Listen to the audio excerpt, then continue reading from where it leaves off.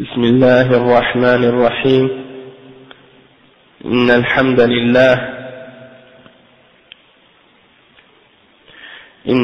لله نحمده ونستعينه ونستغفره ونعوذ بالله من شرور أنفسنا ومن سيئات أعمالنا.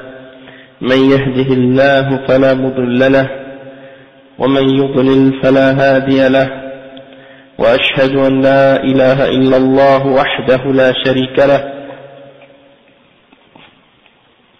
وأشهد أن محمدا عبده ورسوله. يا أيها الذين آمنوا اتقوا الله حق تقاته ولا تموتن إلا وأنتم مسلمون. يا أيها الناس اتقوا ربكم الذي خلقكم من نفس واحدة وخلق منها زوجها وبث منهما رجالا كثيرا ونساء، واتقوا الله الذي تساءلون به والأرحام إن الله كان عليكم رقيبا. يا أيها الذين آمنوا اتقوا الله وقولوا قولا سديدا يصلح لكم أعمالكم ويغفر لكم ذنوبكم، ومن يطع الله ورسوله فقد فاز فوزا عظيما. وإن خير الكلام كلام الله، وخير الهدي هدي محمد صلى الله عليه وسلم، وإن شر الأمور محدثاتها، وكل محدثة بدعة، وكل بدعة ضلالة، وكل ضلالة في النار. أما بعد. Donc le Cheikh Ibn Taymiyyah rahimahullah, il dit, on continue l'explication de Al-Aqidah al-Wasitiyya. Donc il dit وما وصف به نفسه في أعظم آية في كتاب الله حيث يقول. Donc là de quoi on parle en fait? On parle des exemples de preuves que Cheikh al-Islam Ibn Taymiyyah a mentionné pour montrer que la voie d'Ahl Sunnati wal Jama'a, c'est d'affirmer les noms et les attributs d'Allah subhanahu wa ta'ala tels qu'il se les est donnés dans le Coran. D'accord? Et pour montrer également que ça implique d'affirmer et de nier. Affirmer ce que Allah a affirmé et nier ce que Allah a nié dans la révélation à propos de sa description. D'accord?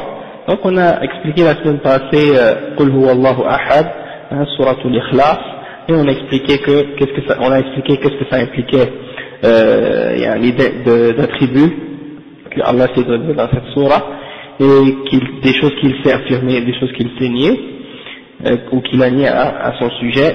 Et là maintenant on va expliquer donner un autre exemple de ça, qui est dans le plus grand verset dans le Coran, c'est-à-dire Ayatul Kursi. Allah subhanahu wa ta'ala, il s'est décrit dans ce grand verset-là, et une des raisons pourquoi c'est le plus grand verset, c'est justement parce que le verset parle d'Allah subhanahu wa ta'ala. De même que la plus grande surah, ou disons Suratul Ikhlas, elle vaut le tiers du Coran, comme le prophète sallallahu alayhi wa sallam l'a dit, justement parce que elle parle uniquement à propos d'Allah subhanahu wa ta'ala. Non. Donc, la plus importante. Non. A'zamu ayatin fi kitabillah. Et on va l'expliquer pourquoi. Par la suite, le chef, il va mentionner la preuve. Donc, il dit, Allahu la ilaha illa hu al-hayyul qayyum. La ta'khudhuhu sinatun wa la nawm. Lahu ma fi as-samawati wa ma fi al-ard. من ذا الذي يشفع عنده إلا بإذنه يعلم ما بين أيديهم وما خلفهم ولا يحيطون بشيء من علمه إلا بما شاء وسع كرسيه السماوات والأرض ولا يؤوده حفظهما وهو العلي العظيم.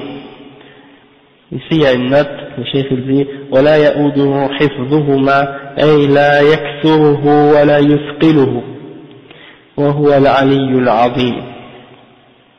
Après le cheikh il dit ولهذا كان من قرأ هذه الآية في ليلة لم يزل عليه من الله حافظ لا يقربه شيطان حتى يصبح.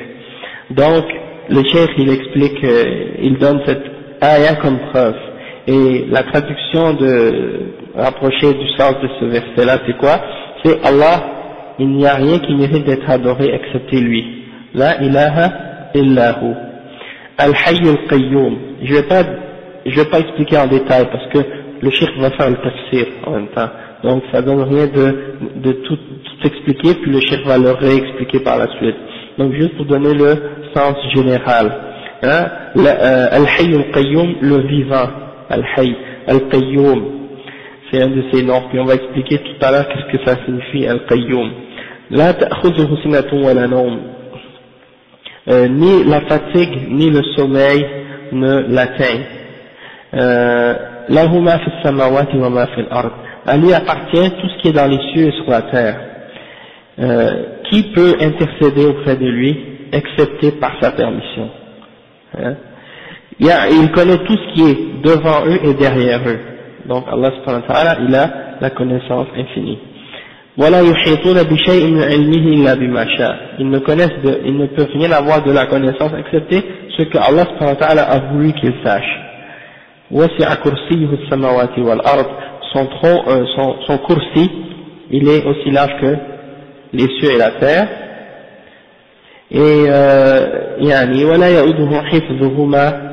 Pour lui c'est pas difficile de les préserver, c'est-à-dire de préserver ou de garder les cieux et la terre. C'est pas du tout difficile pour lui, c'est pas lourd, il ne ressent aucune difficulté de faire ça.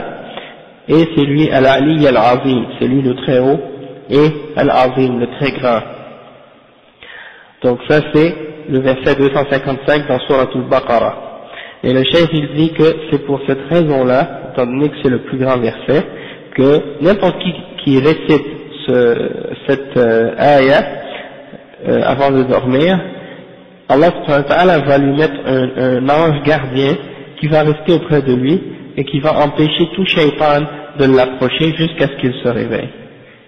Ça c'est rapporté dans un hadith authentique. Et on va le mentionner à la fin, Inch'Allah. Donc le cheikh il dit, Al-Sharh, là c'est Cheikh Al-Fawzan, qui explique maintenant les paroles de Cheikh Al-Islam Ibn Taymiyyah.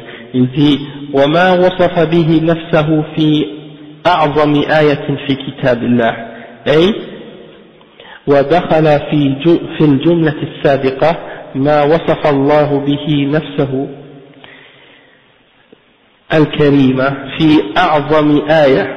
الآية والآية في اللغة العلامة، والمراد بها هنا طائفة من كلمات القرآن متميزة من غيرها أو عن غيرها بفاصلة، وتسمى هذه الآية التي أوردها هنا آية الكرسي لذكر الكرسي فيها.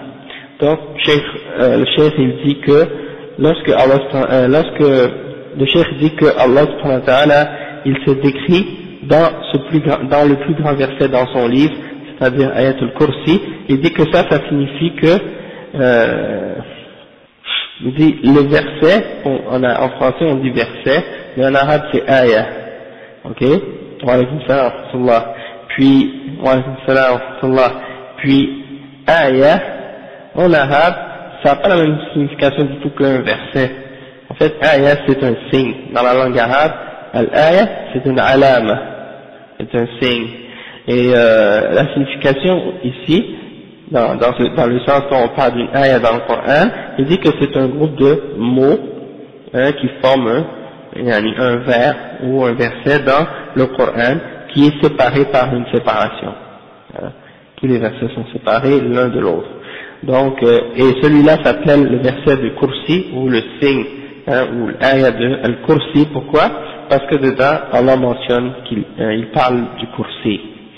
Le cheikh dit والدليل على أنها أعظم آية في القرآن ما ثبت في الحديث الصحيح الذي رواه مسلم عن أبي بن كعب رضي الله عنه أن النبي صلى الله عليه وسلم سأله أي آية في كتاب الله أعظم؟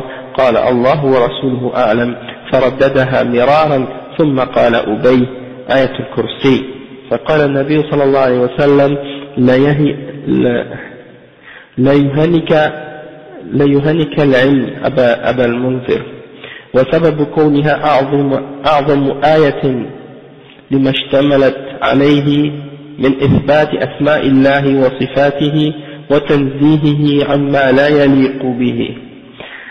Donc c'est là que le cheikh mentionne le hadith qui prouve que ça c'est le plus grand verset dans le Coran. C'est le verset, le cheikh il dit c'est le plus grand verset, pourquoi? Parce que ça a été rapporté dans un hadith authentique, rapporté par Muslim selon Ubay ibn Ka'ab, que le prophète sallallahu alayhi wa sallam a demandé à Ubay ibn Ka'ab quel est le plus grand verset dans le livre d'Allah, le plus important. Et Ubay ibn Ka'ab a dit Allah et son messager savent mieux.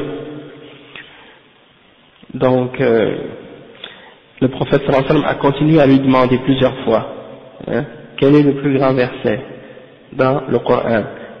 Et Ubay ibn Ka'ab disait Allahu wa rasuluhu a'lam. Et finalement Ubay a osé et il a répondu, il a dit Ayatul Kursi. Et puis le prophète sallallahu alayhi wa sallam a dit c'est comme en voulant dire que Allah te donne le ilm, ya Abal Munzir, en voulant dire oui t'as donné la bonne réponse. Et la cause le fait que pourquoi c'est le plus grand verset, c'est parce que dans ce verset là il y a toutes sortes de noms et d'attributs d'Allah subhanahu wa ta'ala qui lui sont attribués, qui sont des noms de perfection. Et également le verset contient toutes sortes de choses qui purifient Allah subhanahu wa ta'ala et qui rejettent à son sujet des formes d'imperfection qui ne lui conviennent pas, comme par exemple la fatigue, comme par exemple le sommeil, des choses de ce genre. Donc ça prouve que Allah subhanahu wa ta'ala il est exempt de toutes ces imperfections là et il est purifié de toutes ces faiblesses. Donc ça c'est la preuve. Et ici on voit que par exemple Ubay ibn Ka'b a dit Allahu wa rasuluhu a'lam. Cheikh Muhammad Aman il a expliqué que Allah wa rasuluhu a'lam. Aujourd'hui si quelqu'un te demande quelque chose, est-ce que tu peux répondre Allah wa rasuluhu a'lam, Allah et son messager savent mieux? En fait ça c'était au temps du prophète sallallahu alayhi wa sallam que les gens disaient Allah wa rasuluhu a'lam parce qu'il était vivant. Maintenant qu'il est mort, le prophète sallallahu alayhi wa sallam est mort, on dit seulement Allahu a'lam. D'accord? Après le cheikh il dit فقوله تعالى الله لا إله إلا هو أي لا معبود بحق إلا هو وما سواه فعبادته من أبطل الباطل. Ça veut dire que lorsque Allah subhanahu wa ta'ala dit dans Ayatul Kursi Allah, rien ne mérite d'être adoré excepté lui, c'est ça, c'est la définition, la ilaha illahu, il n'y a pas de ilah excepté lui. Et en arabe quand on le traduit on dit la ma'bouda bihaqqin illallah, parce que un ilah en arabe c'est un ma'boud. Et le ma'boud c'est quoi? C'est n'importe quel objet ou n'importe quelle chose que les hommes adorent. Ça peut être une roche, ça peut être un arbre, ça peut être une étoile, ça peut être une statue, ça peut être un être humain, n'importe quoi. Quelqu'un adore, on l'appelle un ilah en arabe, ou bien un ma'boud. Les deux c'est la même chose. Sauf que quand tu dis la ilaha illallah, qu'est-ce que ça veut dire? Ça veut dire il n'y a pas de ilah qui mérite réellement de l'être ou d'être adoré excepté Allah. Wa alaykum salam. Ça veut dire uniquement Allah subhanahu wa ta'ala mérite d'être ilah. Les autres qui sont adorés en dehors sont tous des choses fausses. Ils sont tous adorés dans l'égarement et dans le mensonge. Ils ne méritent pas l'adoration. Après il dit al-hayy ay ad-da'im al-baqi alladhi lahu kamal al-hayat والذي لا سبيل للفناء عليه. Donc al-hayy c'est celui qui reste continuellement et qui a une vie complète et parfaite, et qui ne peut jamais s'arrêter. C'est-à-dire la vie d'Allah subhanahu wa ta'ala, elle est éternelle. Il n'a pas de début, il n'a pas de fin. Allah subhanahu wa ta'ala, il reste toujours et puis il ne s'arrête jamais de vivre, sa vie est parfaite. Contrairement à la vie des êtres humains ou des animaux ou la vie des plantes ou des autres créatures. C'est pour ça que on affirme que Allah subhanahu wa ta'ala huwa al-hayy. Et on affirme que il a cet attribut de al-hayat, la vie. D'accord? Et le chef il dit ensuite al-qayyum, ay al-qa'im bi nafsihi al-muqim li ghayrihi wa huwa ghaniyun an khalqihi wa khalquhu muhtajuna ilayhi. Donc le chef il explique la signification de al-qayyum. Tout à l'heure j'avais dit que j'allais l'expliquer, c'est ça, maintenant je vais l'expliquer, c'est celui qui se tient par lui-même, il n'a pas besoin de rien d'autre pour exister et pour se tenir. Tandis que tout a besoin de lui, tout le reste a besoin de Allah subhanahu wa ta'ala. C'est ça al-qayyum. C'est-à-dire qu'il n'a besoin de rien et que tout a besoin de lui. Ok? Et c'est ça que le chef a expliqué. Et après il dit وَقَدْ وَرَدَ أَنَّ الْحَيُّ الْقَيُّومُ هُوَ الْإِسْمُ الْأَعْظَمُ الذي إذا دعي الله به أجابه وإذا سئل به أعطاه لدلالة الحي على الصفة الذاتية ودلالة القيوم على الصفة الفعلية فالصفات كلها ترجع إلى هذين الاسمين الكريمين العظيمين بكمال قيوميته. Donc le cheikh il dit que ça a été ramené ou rapporté que Al-Hayy al-Qayyum c'est le nom, le plus grand nom d'Allah subhanahu wa ta'ala. Les deux noms réunis, c'est le plus grand nom d'Allah, Al-Ismullah al-A'zam. Pourquoi?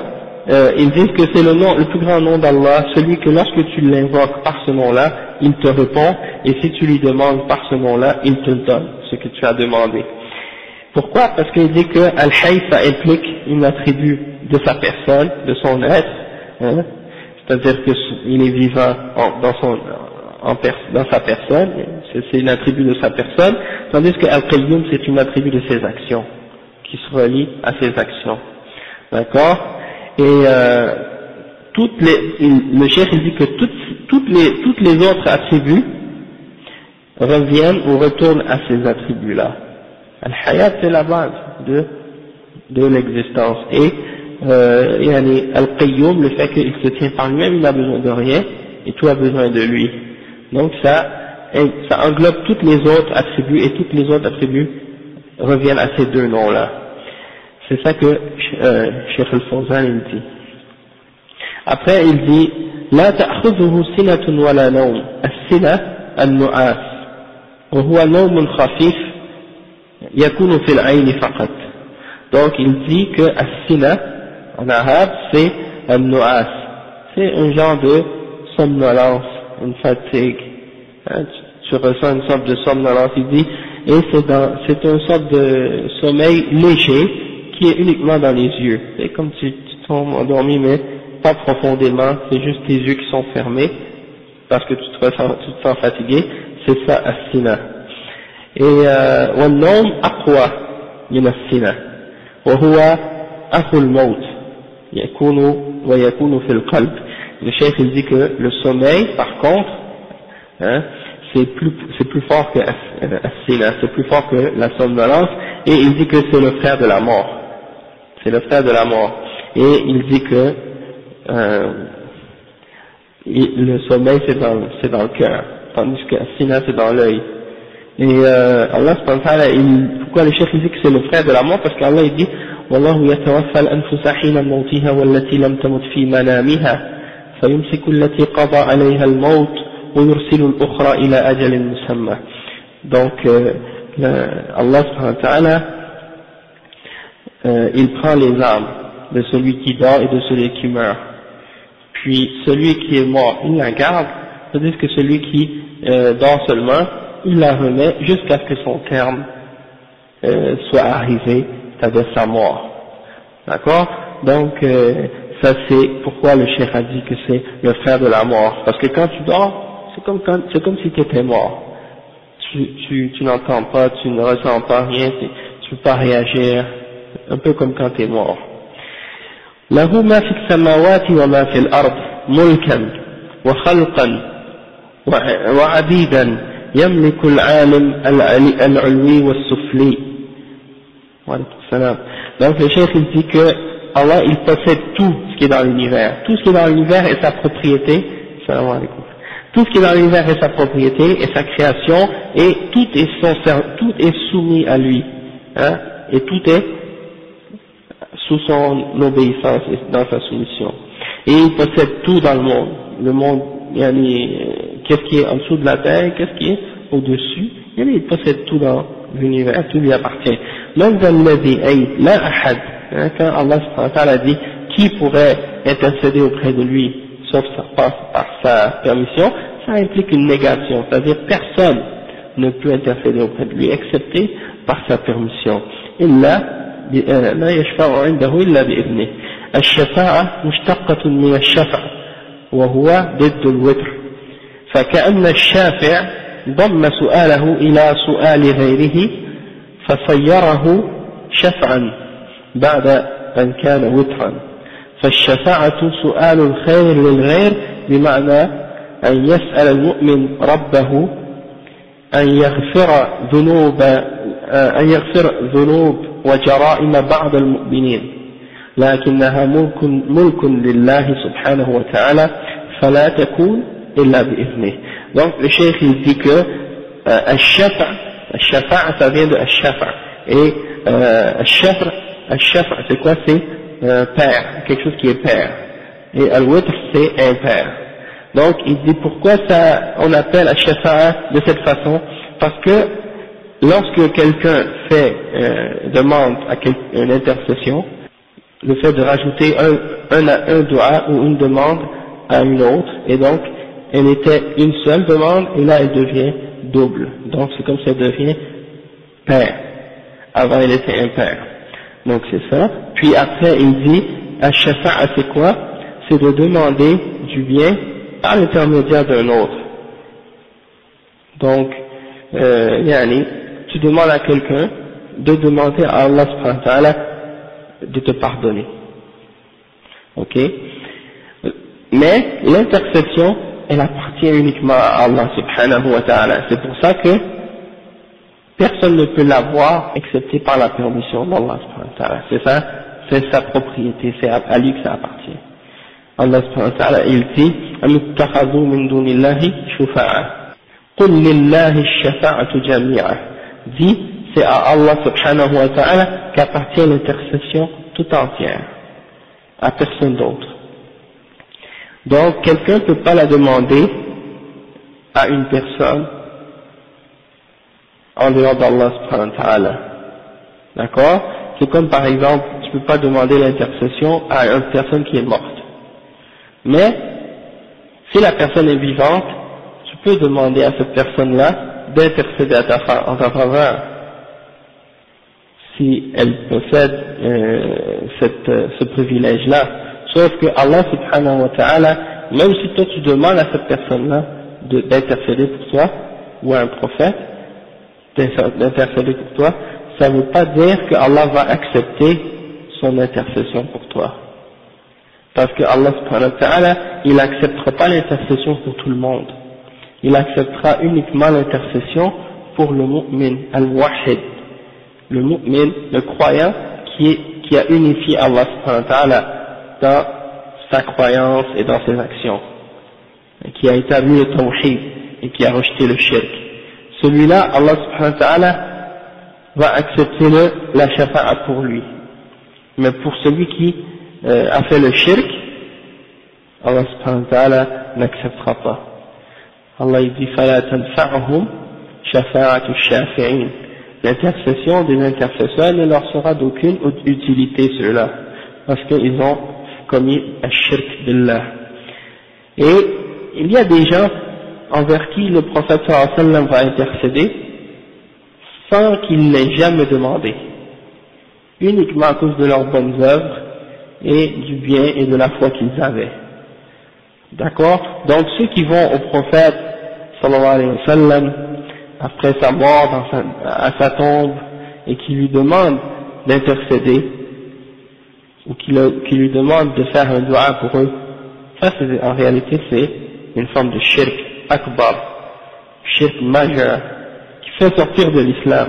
C'est pour ça qu'il faut demander l'intercession à Allah subhanahu wa ta'ala dans cette dunya et non à un être humain.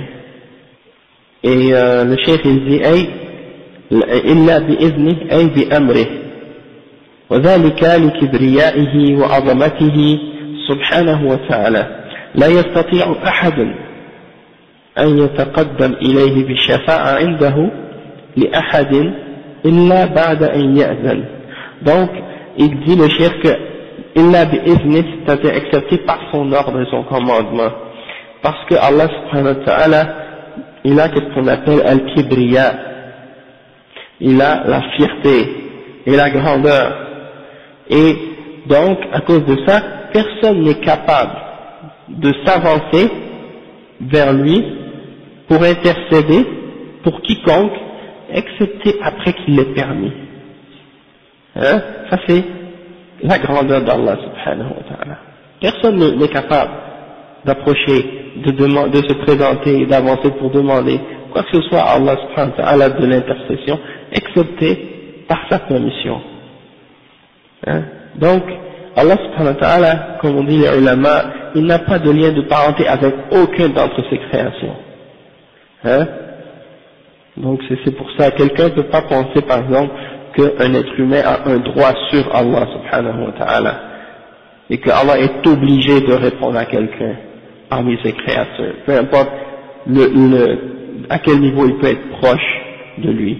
D'accord? Ça c'est très important de comprendre. Après il dit يَعْلَمُ مَا بَيْنَ أَيْدِيهِمْ وَمَا خَلْفَهُمْ أي علمه واطلاعه محيط بالأمور الماضية والمستقبلة فلا يخفى عليه منها شيء. Le chef il dit que quand Allah dit et il sait ce qui est devant eux et ce qui est derrière eux, c'est-à-dire que sa connaissance est entière et complète. Hein? Il a enveloppé par sa science toutes les choses du passé et toutes les choses de l'avenir, et rien ne lui est caché. Rien ne lui est caché d'aucune de ces choses-là. ولا يحيطون بشيء من علمه إلا بما شاء أي العباد لا يعلمون شيئا من علم الله إلا ما علمهم الله إياه على ألسنة رسله وبطرق وأسباب متنوعة. Donc le chef il explique le verset ou la partie du verset où Allah dit et ils ne peuvent avoir de la connaissance excepté de ce que Allah a voulu qu'ils aient de la connaissance. Et l'explication c'est que les serviteurs ne savent de la connaissance d'Allah excepté ce que Allah leur a enseigné par ses messagers ou bien par d'autres moyens et d'autres causes qui sont diverses. On sait tous les moyens comment on peut acquérir des connaissances, soit des connaissances de la religion ou des connaissances de la dunya. Mais peu importe quelle connaissance, elle vient d'Allah subhanahu wa ta'ala, et c'est uniquement, ce qu'on fait, c'est uniquement ce que Allah subhanahu wa ta'ala veut qu'on sache. Hein? Et même si on réfléchit, par exemple, juste un exemple, l'électricité par exemple, elle existait depuis le début de la création.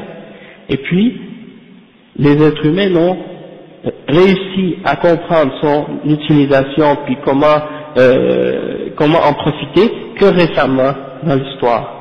Donc ça veut dire que pendant tous ces temps-là, cette connaissance-là était cachée des hommes. Donc on voit que Allah subhanahu wa ta'ala, il transmet ou il permet aux êtres humains de connaître certaines choses, même dans les choses de la dunya, il ne leur donne pas toute la connaissance tout d'un coup. C'est graduellement que ça avance. Et ça avance très très lentement. Maintenant, donc c'est pour ça que il faut voir que toute la science vient d'Allah, et donc même si on acquiert une science quelconque de la dunya ou des choses de la dunya, il ne faut pas penser que on sait quelque chose de plus qui peut nous permettre de dire qu'on peut se passer d'Allah subhanahu wa ta'ala. Parce que cette connaissance qu'on connaît maintenant, c'est une goutte d'eau comparé à l'océan, c'est rien, hein, même moins que ça. Il n'y a pas de comparaison en fait. Après le chef il explique la suite de ça, il dit وَسِعَ كُرْسِيُّهُ السَّمَاوَاتِ وَالْأَرْضِ, hein, le kursi de Allah subhanahu wa ta'ala est aussi large que les cieux et la terre. Et il dit كُرْسِيُّهُ سبحانه وتعالى قيل إنه العرش وقيل إنه غيره فقد ورد أنه موضع القدمين وهو كرسي بلغ من عظمته وسعته أنه وسع السماوات والأرض. Donc le chef il dit que le kursi d'Allah subhanahu wa ta'ala, certains ont dit que c'était al-arsh, certains ont dit que c'était le trône, tandis que d'autres ont dit que c'était l'endroit où on pose les deux pieds, hein, l'endroit où on pose les deux pieds au pied du trône. Donc certains ont dit que c'était le trône, d'autres ont dit que ce n'était pas le trône, c'était pas l'arche, que c'était l'endroit où on repose les pieds. Et yani, le chef il dit que le kursi est tellement grand qu'il est plus large que les cieux et la terre. Et certains ulama ont expliqué que la grandeur du kursi par rapport au arche, c'est comme un anneau qu'on jette dans le désert. Wa alaykum salam wa rahmatullahi wa barakatuh. Et là il dit après وَلَا يَؤُودُهُ حِفْظُهُمَا وَهُوَ الْعَلِيُّ الْعَظِيمُ. Il dit وَلَا يَؤُودُهُ حِفْظُهُمَا أي لا يكسره ولا يشق عليه ولا يثقله حفظ العالم العلوي والسفلي لكمال قدرته وقوته. Donc le chef il explique que c'est pas difficile pour Allah subhanahu wa ta'ala de préserver et de garder les cieux et la terre et l'arche et tout, qu'est-ce qui est dans la création, et c'est pas dur pour lui, pas difficile et pas lourd, etc. Tout ça pour lui c'est facile parce qu'il a une puissance et une force parfaite. Donc il est capable de contrôler tout ça sans difficulté. وهو العلي العظيم, et c'est lui le très haut, et له العلو المطلق علو الذات بكونه فوق جميع المخلوقات على العرش استوى, وعلو القدر فله كل صفات الكمال ونعوت الجلال, وعلو القهر وهو القاهر على كل شيء المتصرف في كل شيء لا يمتنع عليه شيء. Donc il explique l'attribut de Al-Ali, qu'est-ce que ça veut dire. Al-Ali c'est Allah subhanahu wa ta'ala, c'est Al-Ali, et Al-Ali c'est quoi? C'est le très haut, ok. Une de ses attributs c'est la hauteur, qu'il est au-dessus, il est élevé. On dit en arabe Al-Ulu, il est élevé au-dessus de toute chose. Et le chef des fois il traduit ça par la transcendance, c'est-à-dire que Allah est au-dessus de toute chose, d'accord. Mais des fois j'hésite d'utiliser ce terme-là parce que on ne sait pas ce que ça peut impliquer également d'autres significations dans la langue française qui pourraient être fausses. Mais pour expliquer, c'est que, comme le chef il dit qu'il y a trois dimensions, 3 degrés de ulu par rapport à Allah subhanahu wa ta'ala. Le premier c'est ulu al-dhat, après ulu al-qadr wa ulu al-qahr, ok. Ulu il est haut, il est élevé par son être, par sa personne, du fait qu'il est au-dessus de toutes ces créatures, comme il dit lui-même dans le Coran, qu'il est à l'arsh istawa, il s'est élevé au-delà du trône. Donc ça, on doit affirmer ça et croire en ça. Ulu al-qadr, il a une grande capacité, haute capacité dans toute chose, c'est-à-dire qu'il possède tous les attributs de perfection, hein, et de majesté. Donc ça veut dire, dans ce sens-là également, il est le plus élevé, dans ce sens-là aussi, dans le sens de son honneur, de sa capacité et du respect qu'on a pour lui et du respect qu'il mérite pour tous ses noms et tous ses attributs de perfection. Et ulu al-qahr, Il est élevé dans le sens aussi que il a le pouvoir et il est au-dessus de toute chose et il est capable de contrôler tout ce qui est dans l'univers et rien ne lui est, rien n'est en dehors de son pouvoir et de son contrôle. D'accord? Donc ça c'est les niveaux de ulu. Bien entendu, il y a les gens de ta'til, les gens de bid'a qui nient les attributs d'Allah subhanahu wa ta'ala, ils affirment uniquement une de ces trois-là. Ils affirment uniquement ulu al-qahr. Eux ils disent que Allah subhanahu wa ta'ala, il n'est pas au-delà de sa création. Ils nient cet attribut-là et ils disent que ça signifie qu'il a le pouvoir sur sa création. Comme les Jahmiya et les Mu'tazila et les Ash'ara et Al-Maturidiyya, ils nient cet attribut-là de l'istiwa. Tandis que Ahlus Sunnah wal Jama'a, on l'affirme. Et on affirme qu'il est non seulement Al-Qahir, non seulement qu'il a le pouvoir sur sa création et qu'il est au-dessus, qu'il a le pouvoir sur le trône et sur toute la création, mais il est également au-dessus de sa création, dans sa personne également, par son être. Ça c'est clair. Ensuite, le cheikh il dit Al-Azim. Ça c'est un autre des noms d'Allah subhanahu wa ta'ala, le très grand. Al-Azim. الذي له جميع صفات العظمة وله التعظيم الكامل في قلوب أنبيائه وملائكته وعباده المؤمنين. Donc le cheikh dit que Al-Azim c'est celui qui possède tous les attributs de grandeur et c'est celui qui possède le respect total ou c'est celui qui est respecté par tous les cœurs, par les cœurs de ses prophètes, par les cœurs de ses anges et par les cœurs de ses serviteurs croyants. Ils ont tous le plus grand respect pour Allah subhanahu wa ta'ala. Dans ce sens-là. Après le cheikh dit فحقيق بآية تحتوي على هذه المعاني أن تكون أعظم آية في القرآن وأن تحفظ قارئها من الشرور والشياطين. Donc le cheikh il dit que donc c'est vrai que c'est un verset qui possède toutes ces significations-là mérite réellement d'être le plus grand verset dans le Coran. Et c'est certain qu'un verset aussi grand et aussi important a la capacité, pour celui qui le récite, donne la capacité pour celui qui le récite d'être protégé de tout mal et des shayatines également. Comme le prophète sallallahu alayhi wa sallam l'a dit.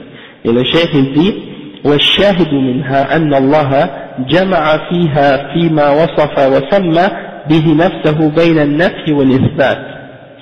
Le cheikh il dit c'est quoi le point qu'on peut c'est quoi le point que Cheikh l'Islam a voulu faire en mentionnant ce verset là, c'est quoi l'argument qui est dans ce verset là pour supporter le point qu'il essaie de supporter, c'est que Allah subhanahu wa ta'ala dans ce verset là, dans Ayatul Kursi, il a réuni dans ce qu'il s'est décrit, dans ce verset là, d'attributs, par ce qu'il s'est donné d'attributs dans ce verset, il a réuni entre l'affirmation et la négation. فقد تضمنت إثبات صفات الكمال ونفي النقص عن الله. Donc ça implique que Allah subhanahu wa ta'ala s'est affirmé tous les attributs de perfection et il a nié tout ce qui impliquait une imperfection ou une faiblesse à son sujet. ففي قوله الله لا إله إلا هو نفي الإلهية عما سواه وإثباتها له. Quand Allah dit Allahu la ilaha illa hu, il a nié que quoi que ce soit mérite d'être adoré en dehors de lui. Et il a affirmé qu'il est celui qui mérite uniquement d'être adoré en disant ça. Donc il a affirmé que c'est lui seul qui mérite d'être adoré et il a nié que toute autre chose en dehors de lui pouvait mériter d'être adoré. Ça c'est le premier point. Deuxièmement, le chef dit ففي قوله الحي القيوم إثبات الحياة والقيومية. الحي القيوم, ça implique la vie parfaite d'Allah subhanahu wa ta'ala et al-qayyumiyya, dans le sens que Allah subhanahu wa ta'ala, il est celui qui se tient par lui-même, qui n'a besoin de rien ni de personne, mais tous les autres ont besoin de lui. Tout ce qui est créé a besoin de lui et ne peut exister sans lui. وفي قوله لا تأخذه سنة ولا نوم نفي السنة والنوم عنه. Dans cette partie-là, le sommeil et la somnolence et le sommeil ne l'atteignent pas. Allah il a nié la somnolence et il a nié le sommeil à son sujet. Et après, il dit lahuma fi samawati wa ma fi al-ard ithbatu mulkiyatihi al-kamila lil-alamin al-ulwi was-sufli. Il a affirmé que c'est à lui la souveraineté et le royaume de tout ce qui existe dans les cieux et sur la terre. Donc le monde qui est au-dessus de nous et le monde qui est en dessous de nous, tout ça appartient à Allah subhanahu wa ta'ala.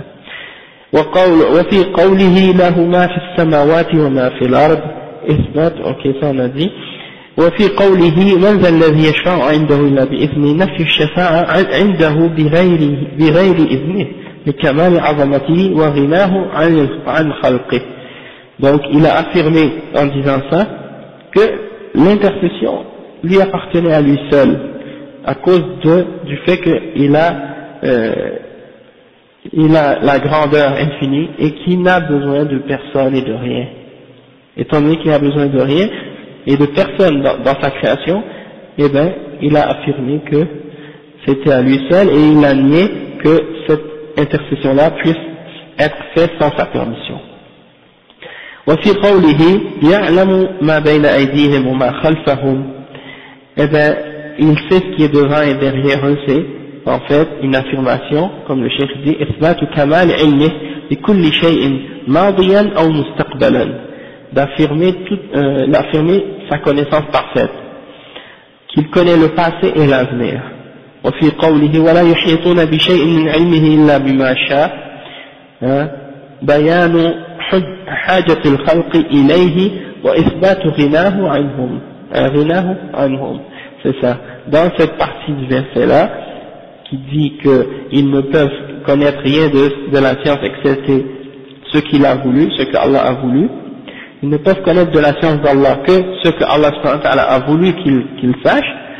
Ça veut dire que la création a besoin d'Allah et lui, Allah n'a pas besoin de la création.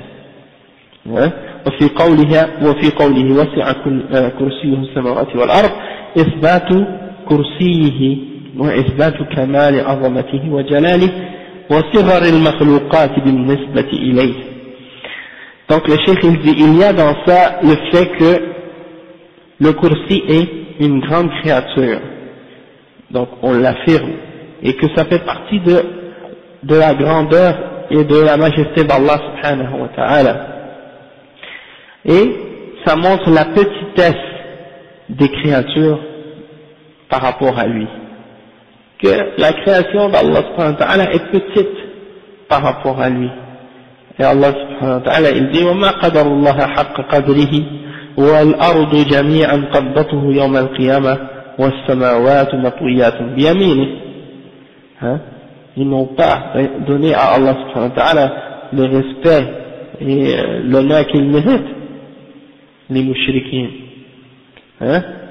Ils l'ont rabaissé, ils ont essayé de rabaisser Allah subhanahu wa ta'ala, alors qu'en réalité, les cieux et la terre, alaykoum salam wa rahmatullah, les cieux et la terre, il va les mettre dans sa main au jugement dernier. Il va les mettre dans sa main droite, les cieux et la terre. Il va faire une poignée avec.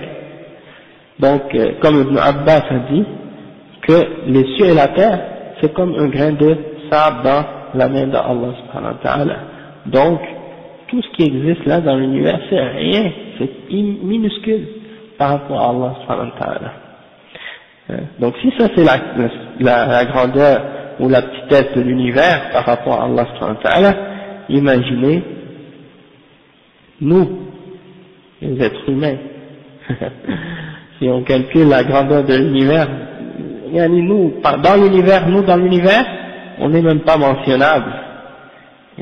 On peut même pas calculer le nombre de zéros qu'il faudrait rajouter pour essayer de savoir quelle proportion on compose dans cet univers. Subhanallah, imaginez l'atome encore, qui est encore plus petit que nous, qu'on peut même pas voir même avec les meilleurs instruments, on peut juste avoir une petite idée. Donc imaginez, subhanallah, que Allah subhanahu wa ta'ala, pour lui, il voit tout ça, il a créé tout ça, et il contrôle toutes ces choses-là. Subhanallah. Donc, après il dit, وَلَا يَؤُدُهُ حِفْظُهُمَا, ça implique, il n'y a rien de ça là, pour préserver ça, ça ne lui cause aucune difficulté, c'est pas du tout difficile pour lui, ça montre que Allah subhanahu wa ta'ala, ça nie toute forme d'incapacité ou de fatigue à Allah subhanahu wa ta'ala. وفي قوله وهو العلي العظيم إثبات العلو والعظمة له سبحانه. Donc ça montre, quand on dit qu'il est Al-Ali et Al-Azim, le très haut et le très grand, ça montre qu'il a l'attribut de Al-Ulu, le fait qu'il est élevé et qu'il a la grandeur. Donc, qu'est-ce que ça nous permet de connaître quand on étudie ces versets-là, et quand on étudie tout ce qui a rapport avec les noms et les attributs d'Allah subhanahu wa ta'ala, ça nous aide à connaître Allah subhanahu wa ta'ala. Et tu ne peux pas adorer quelqu'un que tu ne connais pas. Tu ne peux pas aimer Allah subhanahu wa ta'ala si tu ne le connais pas. Tu ne peux pas craindre Allah subhanahu wa ta'ala si tu ne le connais pas. C'est impossible. Et donc c'est pour ça que Allah subhanahu wa ta'ala nous a décrit un peu quelque chose de lui-même, pour qu'on soit capable de connaître quelque chose à son sujet, pour être capable de l'aimer, de le craindre, d'avoir l'espoir en lui, et de mettre en application ses commandements. Donc c'est la chose la plus importante qu'un musulman peut connaître, c'est Allah subhanahu wa ta'ala. Connaître Allah, c'est la plus grande obligation, la plus importante des obligations dans l'islam. Ça passe avant tout. C'est la base de l'aqidah, c'est la première chose que Allah nous demande. Al-iman billah, c'est le premier pilier de la foi. Al-iman billah wa malaikati. Le premier pilier des piliers de l'islam. Ashhadu an la ilaha illallah wa ashhadu anna Muhammad rasulullah. C'est le premier des shahadatayn. Donc ça c'est la base. Et c'est pour ça que c'est important de bien comprendre et bien connaître les noms et les attributs d'Allah subhanahu wa ta'ala. Le chef ensuite il dit قول المصنف رحمه الله ولهذا كان من قرأ هذه الآية في ليلة لم يزل عليه من الله حافظ ولا يقربه شيطان حتى يصبح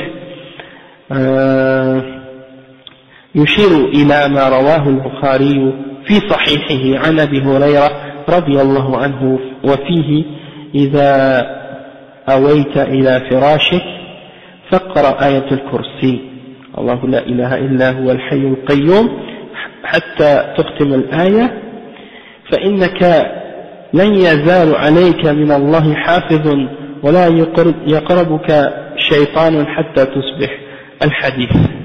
Donc le chef il dit que l'imam Ibn Taymiyyah, lorsqu'il a dit que celui qui le récite ce verset-là, Ayatul Kursi, avant de dormir, Allah va lui envoyer un gardien qui va le protéger durant la nuit, c'est-à-dire un ange, qui va le protéger durant son sommeil et qui va empêcher un shaitan de s'approcher de lui jusqu'à ce qu'il se réveille.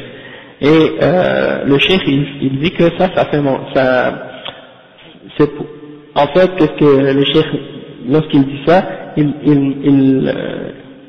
il parle d'un hadith qui est rapporté selon selon Abu Huraira par l'imam al-Bukhari dans son Sahih, qui dit que lorsque tu vas pour te coucher dans ton lit, récite Ayatul Kursi au complet et il dit que par la suite, Allah va faire en sorte qu'il y ait un ange qui te préserve, et qui te garde et qui empêche tout shaitan, tout diable de t'approcher jusqu'à ce que tu te réveilles. Et le cheikh il dit والشيطان يطلق على كل متمرد آت من الجن والإنس ومن شطن إذا بعد وسمي بذلك لبعده من رحمة الله أو من شاط يشيط إذا اشتد. Donc le cheikh il dit que le shaitan en arabe ça implique toute personne que ce soit un djinn ou un être humain qui est éloigné d'Allah subhanahu wa ta'ala, parce que shatana, la racine de ce mot-là, shatana, ça veut dire éloigné, hein, et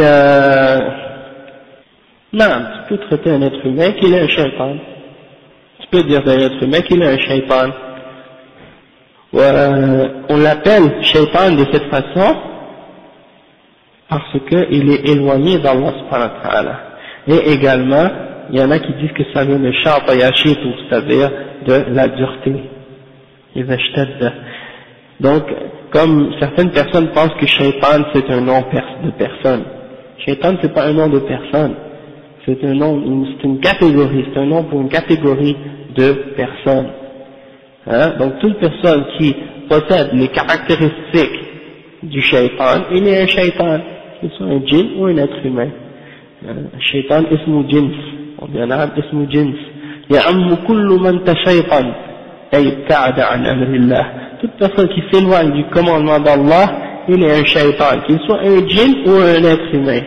Ok? Et en fait, c'est important de comprendre que le shaitan parmi les djinns, parmi les ins, parmi les êtres humains, il est plus dangereux que le shaitan parmi les djinns. Ça, les ulama ont expliqué ça. Parce que le shaitan parmi les djinns, qu'est-ce qu'il peut faire seulement? C'est faire le wiswas. Il peut seulement venir vers toi pour te souffler des choses dans ton oreille ou dans ton cœur, pour t'inciter, pour te tenter de faire quelque chose. Tandis que le shaitan parmi les êtres humains, lui, il peut faire plus que seulement t'insuffler ou t'inspirer. Il peut réellement te pousser physiquement et t'amener physiquement à faire le péché. Donc c'est pour ça que son danger est beaucoup plus grand. Et il y a des êtres humains, tu les entends, subhanallah, c'est des vrais shayatins, subhanallah, ils t'appellent carrément, là, clairement, à aller vers le haram et aller vers le péché. Et ils t'encouragent d'une façon, subhanallah, tu dis, c'est vraiment, c'est un shaitan. Et surtout des femmes comme ça. J'ai entendu des exemples comme ça. Une femme, par exemple, son mari est mort, elle est veuve. Puis une autre femme vient lui parler, dit ah mais habille-toi, montre plus ton corps là, quand tu sors comme ça, les hommes vont te voir, ils vont vouloir se marier avec toi. Si tu te caches là, comment ils vont savoir que il en était bien puis qu'ils peuvent se marier avec toi? Ah, ça c'est un exemple de shaitan. Il t'incite à faire le haram. Hein? Oh mais toi lâche-toi, hein? T'es trop sérieux, t'es trop bien. Lâche-toi, laisse-toi aller. Viens, on va aller en boîte, ou des choses comme ça. Subhanallah. C'est des shayatins, ça. Ils t'invitent vers le mal. Et de nos jours, les gens qui invitent vers le mal sont plus nombreux que les gens qui invitent vers le bien. Ok? Et c'est rendu à un tel point que lorsque quelqu'un t'invite vers le mal, c'est bien vu, c'est normal, les gens acceptent, et personne ne se fâche quand tu les invites vers le mal. N'importe quoi, n'importe quel mal. Le pire que la personne va faire, c'est de dire ah laisse-moi tranquille. Mais quand quelqu'un t'invite vers le bien, tu vois des réactions, vraiment des fois, on dirait que tu as voulu le mal pour la personne, on dirait que tu essaies de la frapper. Mais non, tu lui dis, tu sais, ce serait mieux pour toi de te couvrir proprement, correctement lorsque tu sors, et de ne pas montrer tes atours, parce que ça crée la tentation, c'est dangereux. La personne dit, ah mais toi tes affaires, elle s'énerve, tu vois. Et tu dis à quelqu'un, tu sais mon frère, ce serait bien si tu viens à la mosquée, on va faire la salat, puis on va lire le Coran. Ah, mais toi, la personne réagit des fois d'une façon violente, subhanallah. Tandis que si tu l'invites, tu dis, tiens mon frère, il y a un bon film là ce soir, viens, on va aller, ah oui, bonne idée, on y va. Donc c'est comme ça, des fois, tu vois, tu dis, subhanallah, les gens qui invitent au bien, on les considère comme des ennemis, tandis que les gens qui invitent au mal, on les traite comme si il y a des gens qui sont des bons conseillers, hein, des bons conseillers, ou des gens qui sont juste comme ça, drôles, hein, ça fait des blagues. Tu vois même des hommes forts qui font des blagues avec des musulmanes voilés, soit des hommes voilés, hein, ils sont soit au travail, ou bien à l'école, tu sais, ils sont toujours ensemble, ils se parlent, ils deviennent des amis. Des femmes musulmanes deviennent des amis, des femmes musulmanes voilées deviennent des amis avec des hommes kuffars. Là ils font des blagues, et là ils disent, ah mais tu sais, des fois là tu pourrais l'enlever là. Donc là ils vont rire, comme si c'est une blague. Tu vois, des exemples comme ça, subhanallah, on prend ça à la légère alors que c'est grave, hein. Ça c'est des shayatins. Ils t'appellent au haram et au kufr d'une façon, avec le sourire, yani. Ils t'appellent au kufr avec le sourire. Donc c'est pour ça, c'est dangereux. Il faut faire attention à ces gens-là. Allah musta'an. Maintenant, le cheikh il parle d'un autre exemple dans le Coran à propos de certains des attributs d'Allah subhanahu wa ta'ala. Il dit al-jam'u bayna uluwihi wa qurbihi wa azaliyatihi wa abadiyatihi. Qu'est-ce que ça signifie? Ça signifie que Allah subhanahu wa ta'ala il a réuni ces descriptions-là dans le Coran. Il a réuni la description du fait qu'il est élevé, qu'il est au-dessus de toute chose, et la description du fait qu'il est proche de tout. Donc il est au-dessus de tout, et en même temps il est proche de tout. Hein? Et il est éternel, c'est-à-dire il n'a pas de commencement, il n'a pas de fin. D'accord? Donc, le cheikh il mentionne la preuve de ça. Il dit, وقوله سبحانه هو الأول والآخر والظاهر والباطن وهو بكل شيء عليم.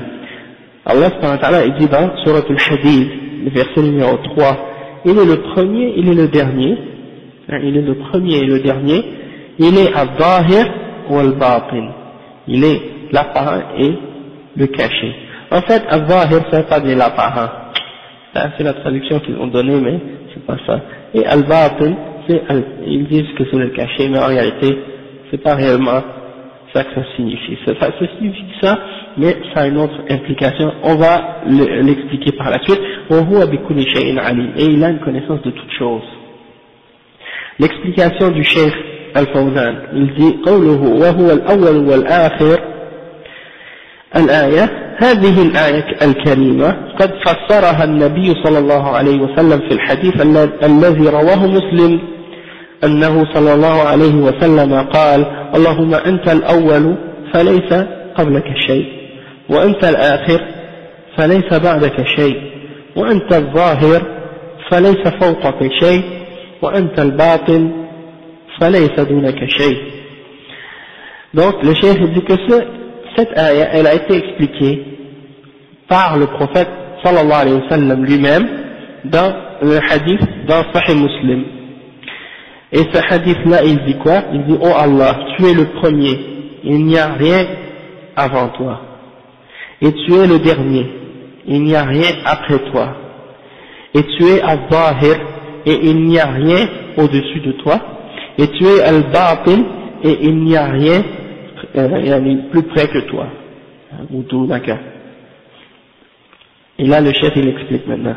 فقد فسر النبي صلى الله عليه وسلم هذه الأسماء الأربعة بهذا التفسير المختصر الواضح. Le prophète صلى الله عليه وسلم a expliqué ces quatre noms-là une explication courte et claire, hein, simple, résumée et claire. Il dit فهذه يعني وفي هذه الأسماء المباركة إحاطته سبحانه وتعالى من كل وجه، ففي اسمه الأول والآخر إحاطته الزمنية، وفي اسمه الظاهر والباطن إحاطته المكانية. Donc le cheikh il dit que dans ces quatre noms-là, Allah subhanahu wa ta'ala a enveloppé, a montré qu'il enveloppe toutes choses dans tous les aspects et dans toutes les dimensions. Dans ces noms, Al-Awwal ou Al-Akhir, il a enveloppé l'aspect temporel, dans le sens qu'il a enveloppé l'aspect temporel, il est le premier et le dernier, hein, il n'a pas de commencement, il n'a pas de fin, il est éternel. Donc, et l'autre aspect c'est Al-Zahir ou Al-Batin, il a enveloppé tout l'aspect, c'est-à-dire il est au-dessus de toute chose, mais en même temps il est près de toute chose par sa connaissance, par sa vue, par sa science, hein, dans ce sens-là. Il dit قال الإمام ابن القيم رحمه الله فهذه الأسماء الأربعة متقابلة، اسمان لأزليته وأبديته سبحانه، واسمان لعلوه وقربه،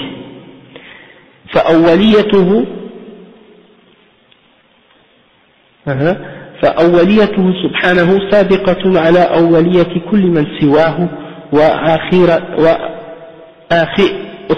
وآخريته سبحانه ثابتة بعد آخرية كل ما سواه. Il dit que ces deux noms-là, Al-Awwal ou Al-Akhir, ça implique qu'il est le premier, qu'il est le dernier, donc il est éternel, il n'a pas de commencement, il n'a pas de fin, et les deux autres noms impliquent qu'il est au-dessus de toute chose et qu'il est près de toute chose en même temps. Il n'y a personne qui est plus près que Allah subhanahu wa ta'ala de sa création. Hein? On va expliquer ça après. En fait, même on peut l'expliquer, donner un exemple tout de suite. Allah subhanahu wa ta'ala, il dit, wa alaykum salam wa rahmatullah, il dit, وَهُوَ أَقْرَبُ إِلَيْهِ مِنْكُمْ وَهُوَ أَقْرَبُ إِلَيْهِ مِنْ حَبْلِ الْوَرِيدِ. Il est plus près de vous que la veine jugulaire, hein, par sa science, par sa vue, par sa science, par sa connaissance, il enveloppe toute chose. Donc il est plus près de nous que nous-mêmes. Il est plus près de nous que nous-mêmes dans le sens que il sait tout ce qui se passe en nous-mêmes et il sait tout ce qui se passe dans toute sa création. Donc dans ce sens-là, il est au-dessus de toute sa création, au-dessus de son trône, Ar-Rahmanu ala al-Arsh istawa, comme il le dit lui-même, il est au-delà de son trône, et il est près de toute chose par sa science, par sa connaissance. Et il voit tout et il entend tout. Dans ce sens-là, il est près de toute chose. On a lu ça. فأوليته سبقه لكل شيء وآخريته بقاؤه بعد كل شيء. Allah subhanahu wa ta'ala, il n'y a rien, personne avant lui et il n'y a rien et personne après lui. وظاهريته فوقيته وعلوه على كل شيء. ظاهريته, qu'est-ce que ça veut dire quand on dit il est al-zahir? Ça veut dire qu'il est au-dessus de tout. Hein? Il est au-dessus de tout et il est élevé par-dessus tout. Et ومعنى الظهور يقتضي العلو وظاهر الشيء ما علاه أو ما على منه. الظاهر, ça implique être élevé. Et quand on dit que quelque chose est zahir, c'est-à-dire qu'il est au-dessus ou qu'il est élevé dans la langue arabe. وبطونه سبحانه إحاطته بكل شيء بحيث يكون أقرب إليه من نفسه وهذا قرب الإحاطة العامة. Donc quand on dit qu'il est al-batil, ça veut dire qu'il est rapproché de toute chose et qu'il enveloppe toute chose, hein, et qu'il est plus près de toute chose qu'elle-même. Et ça c'est du fait que, comme on l'a dit, qu'il est près de toute chose par sa connaissance. Et la preuve de ça, c'est qu'Allah dit par la suite, وَهُوَ بِكُلِّ شَيْءٍ عَلِيمٍ, et il a la connaissance de toute chose. Okay? Et قد أحاط علمه بكل شيء من الأمور الماضية والحاضرة والمستقبلة ومن العالم العلوي والسفلي ومن الظواهر والبواطن لا يعزب عن علمه مثقال ذرة في الأرض ولا في السماء. Le cheikh il dit que Allah subhanahu wa ta'ala, il dit qu'il a connaissance de toutes choses. Wa alaykum salam wa rahmatullah. Il a connaissance de toutes choses, c'est-à-dire qu'il a cerné toutes choses par sa science. Toutes les choses du passé, du présent et de l'avenir. Que ce soit dans le monde élevé ou dans le monde, wa alaykum salam wa rahmatullah, que ce soit dans le ciel ou dans la terre, il connaît toutes choses. Que ce soit des choses apparentes ou cachées, il les connaît. Et il n'y a rien, même pas une atome ou une graine de moutarde, qui peut lui échapper, qui peuvent échapper de sa science dans les cieux ou sur la terre. Donc il possède une connaissance infinie et parfaite de toutes choses, que ce soit les plus petites particules qui existent dans l'univers, elles ne peuvent pas s'échapper de sa connaissance. سبحانه وتعالى. الشيخ يقول والشاهد من الآية الكريمة إثبات هذه الأسماء الكريمة لله المقتضية لإحاطته بكل شيء زمنا ومكانا واطلاعا وتقديرا وتدبيرا تقدس وتعالى وتقدس علوا كبيرا. Donc c'est quoi la preuve qu'on tire de ce verset-là qu'on vient de mentionner? C'est que Allah subhanahu wa ta'ala, on doit lui affirmer ses noms qu'il s'est affirmé lui-même, qui implique qu'il cerne toutes les choses et qu'il enveloppe toutes ces choses-là, que ce soit dans le temps ou dans l'espace, et il les contrôle toutes et il les gère toutes parfaitement, et il est élevé et purifié de toutes choses et de toute imperfection. Hein? Et après le chef Ibn Taymiyyah il dit قوله سبحانه وتوكل على الحي الذي لا يموت. Et l'explication de ce verset là, le chef il dit وتوكل على الحي الذي لا يموت أبدا, c'est-à-dire mets ta confiance en le vivant, mets ta confiance en celui qui est al-hayy, c'est le vivant, c'est Allah subhanahu wa ta'ala, الذي لا يموت, celui qui ne meurt pas, abadan, il ne meurt jamais. Et fawwid umuraka ilayhi, c'est-à-dire remets toutes tes affaires à lui, remets-les toutes entre ses mains. Fattawakkul lughatan at-tafwid, dans la langue arabe, at-tawakkul ça veut dire at-tafwid, c'est-à-dire tu remets toutes tes affaires à Allah subhanahu wa ta'ala, tu dis je remets tout ça entre ses mains. Wa alaykum salam wa rahmatullah. ويقال وكلت أمري إلى فلان أي فوضته. Si tu dis j'ai remis toutes mes affaires, ou j'ai donné à quelqu'un de s'occuper de mes affaires, وكلته, tu as remis toutes tes affaires entre ses mains pour qu'il le gère à ta place. C'est ce qu'on appelle al-wakala dans la langue arabe. Après le chef il dit ومعناه شرعا اعتماد القلب على الله في جلب ما ينفع ودفع ما يضر. C'est-à-dire dans la religion, qu'est-ce que ça veut dire at-tawakkul? Ça veut dire que tu reposes ton cœur sur Allah subhanahu wa ta'ala, tu mets ta confiance sur Allah subhanahu wa ta'ala, dans le sens que tu lui fais confiance pour acquérir tout ce qui peut te profiter et t'éloigner de tout ce qui peut te nuire. Naam.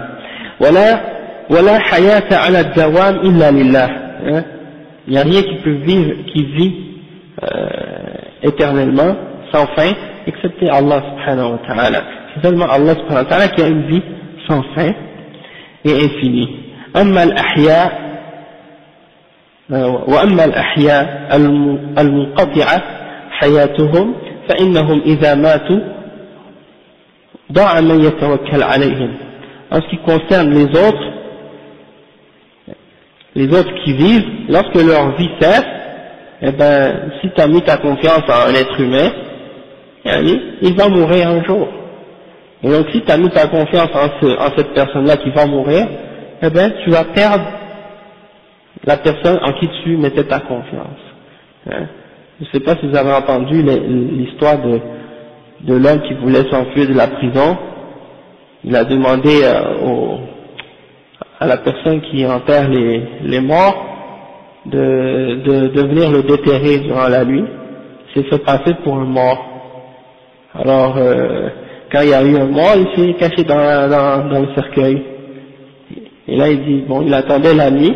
Là, on l'a enterré. Il attendait la nuit on vient de le déterrer. Et puis, plus tard, il a vu que la personne qui était à côté de lui dans la tombe, c'était celui qui était supposé venir le déterrer. Donc, c'est un exemple, ça. C'est pour ça, il ne faut pas mettre sa confiance sur quelqu'un qui peut mourir. Allah dit, وَتَوَكَّلْ عَلَى الْحَيِّ الَّذِي لَا يَمُوتُ. Après, il dit, والشاهد من الآية الكريمة أن فيها إثبات الحياة الكاملة لله سبحانه ونفي الموت عنه، ففيها الجمع بين النفي والإثبات في صفات الله. Donc, la preuve qu'on tire de ce verset-là, c'est que Allah subhanahu wa ta'ala, il s'est affirmé pour lui-même une vie parfaite, complète, et il s'est nié pour lui-même la mort. C'est-à-dire, il a rejeté le fait qu'il a cette faiblesse-là ou cette imperfection-là. Allah ne possède pas l'imperfection de la mort et cette faiblesse-là.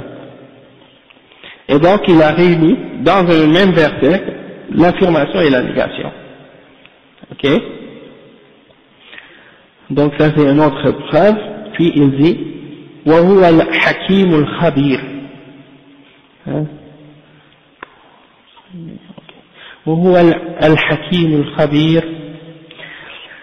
قوله وهو الحكيم الخبير، قوله وهو الحكيم له معنيان، أحدهما أنه الحاكم بين خلقه بأمره الكوني وأمره الشرعي في الدنيا والآخرة، والثاني أنه المحكم المتقن للأشياء مأخوذ من الحكمة وهي وضع الشيء في مواضعها، فهو سبحانه الحاكم بين عباده الذي له الحكمة في خلقه وأمره، لم يخلق شيئا عبثا ولم يشرع إلا ما هو عين المصلحة.